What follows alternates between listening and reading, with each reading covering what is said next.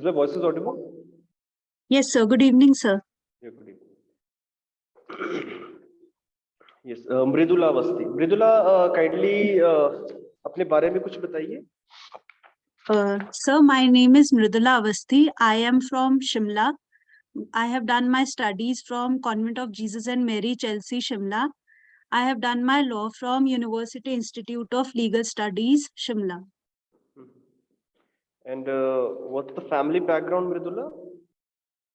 Sir, my father is subjects in law, but sir, I really like evidence law.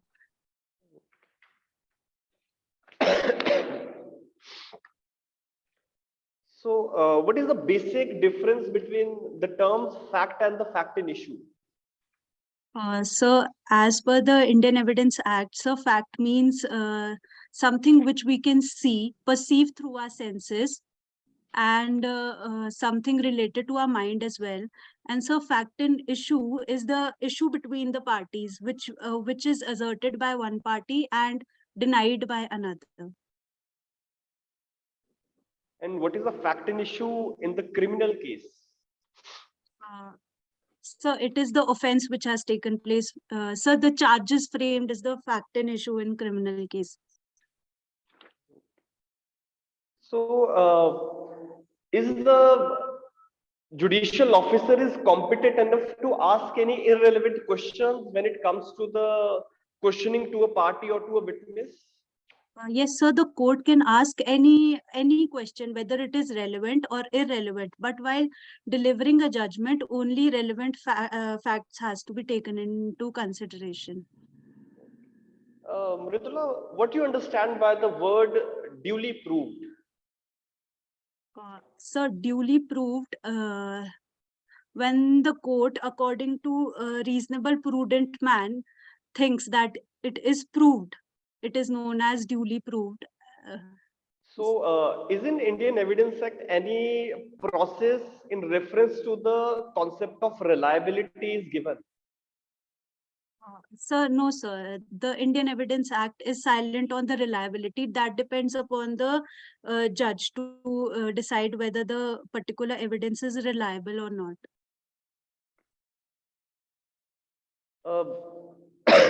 Mridula, can you say certain things in reference to the discovery statements? Sir, discovery takes place under Section 27 of Indian Evidence Act. It says that when an accused confesses to a police officer while in custody relating to a particular fact, and that particular fact is discovered by the police, then that fact gets connected with the information given by the accused, and it becomes relevant.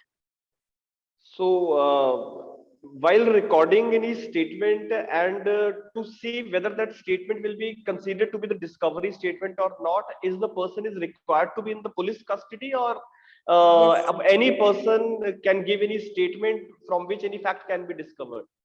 No, sir. As per Section 27, he has to be in police custody. So, is the Court of Session is competent enough to take the direct cognizance over the matter? Sir, generally the Court of Session don't take cognizance of the matter, but in defamation cases, the Court of Session can take direct cognizance. And regarding it. so, what is the offense of perjury? So when a person produces perjury, sorry, sir, I am not able to recapitulate it at this moment, sir. It is related to the false evidence. So, can you say that how the perjury is basically the false evidence to be given? So, Yes. What you understand by this?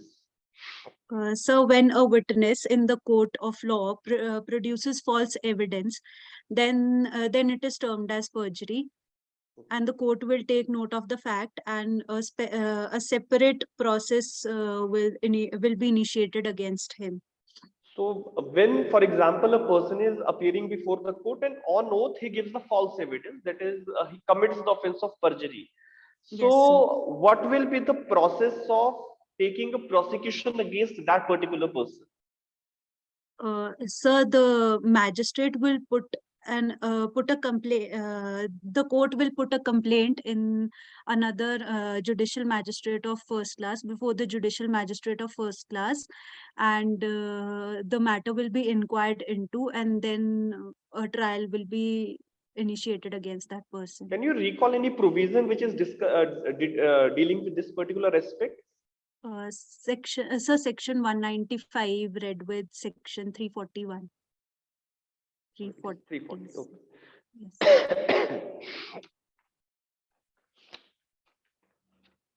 So, Mridula, as we say that there are certain exceptions to the rule of hearsay. Yes, so, what are those basic exceptions? There are many exceptions. The first one is section 6 of the Indian Evidence Act, that is res gestae, sir. So that is when during a transaction, what all things are happening, they are termed as res gestae. They are the exception to hearsay rule. And secondly, sir, the dying declaration is an exception to the hearsay evidence. That is when the person is dying, he states the reason of the cause of his death or the transaction which led into his death. So such statement is an exception to the hearsay evidence. Is Section 6 is the only provision which is dealing with the concept of res gestae? No, sir. So section 8 also deals with res gestae. Just give me a second. Yes, sir.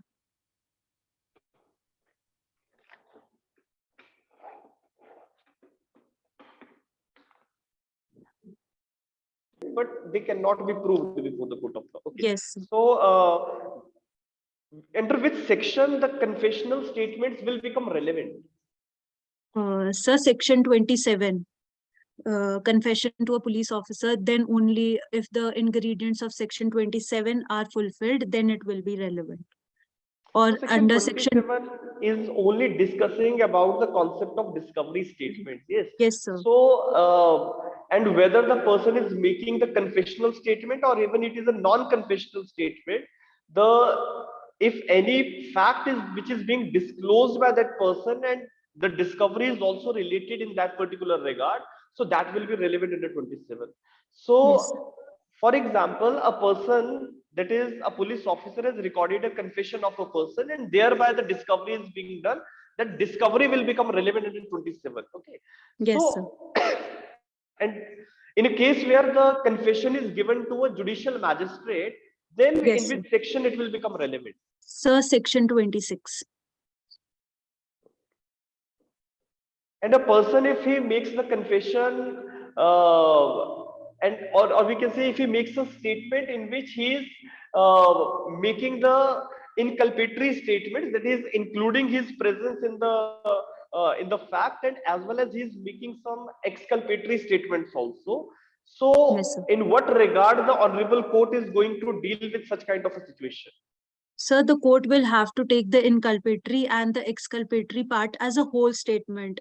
Exculpatory part cannot be excluded from the statement. Confession is to be recorded either as a whole or either it should be rejected Sir, as a whole. Okay. yes, sir. Yes. Mridula, for example, there is a person who is accused in a particular offense and he was Yes, sir. found convicted after the trial. And Yes, sir. that person preferred the appeal before the higher authority. And when Yes, the sir. appeal was pending before the honorable court, the accused person, that is the appellant, he dies. Yes, sir. So, is there any provision in our law which says that the legal representatives of that deceased can also continue with the appeal? Yes, sir. Sir, section 392 of the CRPC talks about this particular provision where the LRs can continue within 30 days, can continue a case on behalf of that accused. So, what you find that what is the policy behind this? That the even after the death of the concerned person, the guardians, or we can say the legal representatives, are taking up the appeal. Sir, conviction itself carries on the stigma on the accused, and the LRs can get his name cleared from the particular offense by continuing the appeal. So there is a term which we call to say that is बाइज्जत बरी किसी को अगर Yes, sir. किया जाए तो that will be better for that particular person, as well as there will be no social stigma in reference to the family of that concerned accused. Yes, Is, sir. is, Yes. is this is the broader objective you see? Yes, sir. Yes, sir.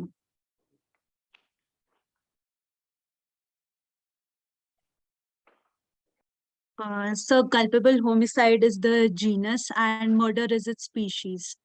So one line difference can So be it, this. it, it may appears to be the element of these two, but if someone asks you to kindly make a difference between both of these, I'm giving you 15 words to explain this.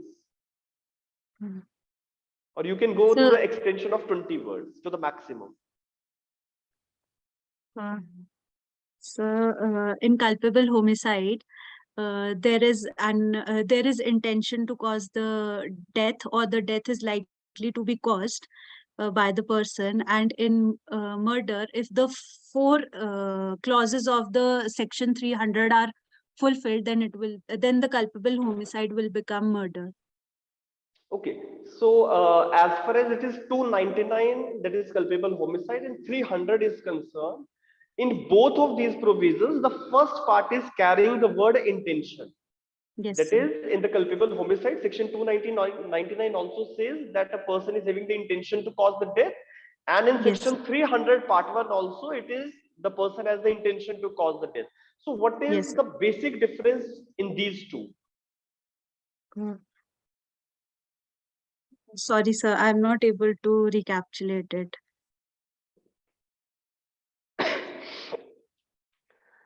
Mridula, what do you understand by the word reputation?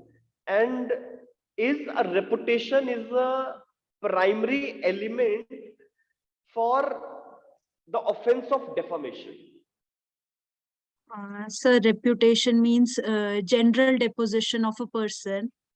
And sir, can you please repeat the second part of the question? Is reputation is mandatory ingredient in the case where the defamation offense is being there against the accused?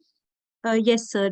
Harming the reputation of a person is a main ingredient for defaming a person. So it means that if a person who has no social status, or we can say there is no reputation of that person, so that person cannot be defamed, according to you. Sir, there is hardly any person who Yes. don't have any reputation. Okay. So, and is reputation and goodwill are same, or they are having different context? Sir, they have different context. So reputation is something very personal of an individual, and goodwill pertains to professional conduct of a person.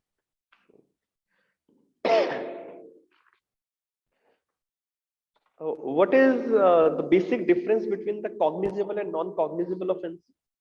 The difference has been laid by the legislature in the first schedule of the CRPC, sir. So the general difference is that in cognizable cases, the police officer can arrest without warrant, and in non-cognizable offense, the police cannot arrest without the warrant.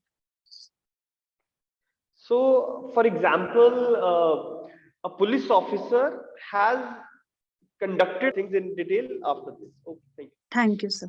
Thank you, sir.